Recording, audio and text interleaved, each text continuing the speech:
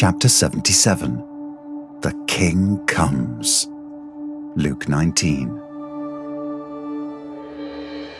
The biggest story is all about Jesus, the Son of God, the Saviour of the world, the snake crusher. And believe it or not, the story that is told is mainly about his death. Yes, there's the Christmas story about his birth, and there are plenty of stories about his miracles and his ministry.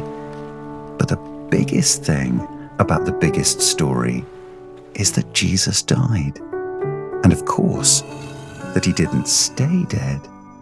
That's why the Bible tells us nothing about Jesus the toddler, or Jesus the teenager, or Jesus the college student. Okay, there wasn't college yet. But it does tell us a lot about the last week of Jesus' life. The last week started happy on Sunday, but for just a few hours. Then things got sad, and sadder, and sadder still, until Friday and Saturday were the saddest days in the history of the world. Then Sunday came, and it turned out that all the very sad things were a part of God's very amazing plan. But we'll get to that Sunday soon enough. If you skip the sad parts of the story, the happy parts won't seem nearly as happy as they really are. So, let's start with the first Sunday of the last week of Jesus' life. We call the day Palm Sunday because the crowds lined the road with their coats and with palm branches, like a king was coming to town. And he was.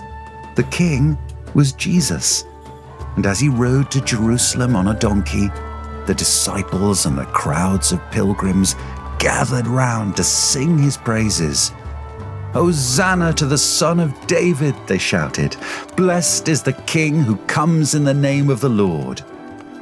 In other words, they believed Jesus was the Messiah they had been waiting for. What a happy day. Except it wasn't happy for everyone.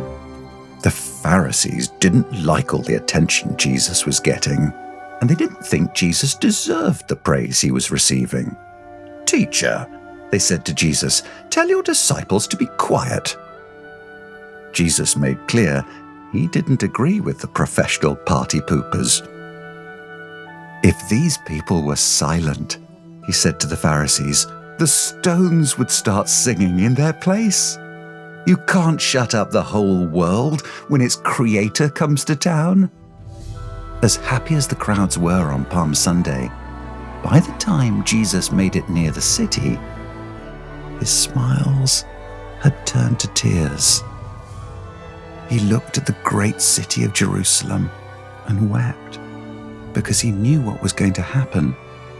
The people were going to reject him. They were refusing to follow the true king. They were going to kill the one who came to save them. Jesus cried for the sad days that would come upon Jerusalem in the years ahead. That was hard. Harder still, Jesus knew on that happy Palm Sunday that the hardest, saddest days of all would be the ones he would have to endure over the next week.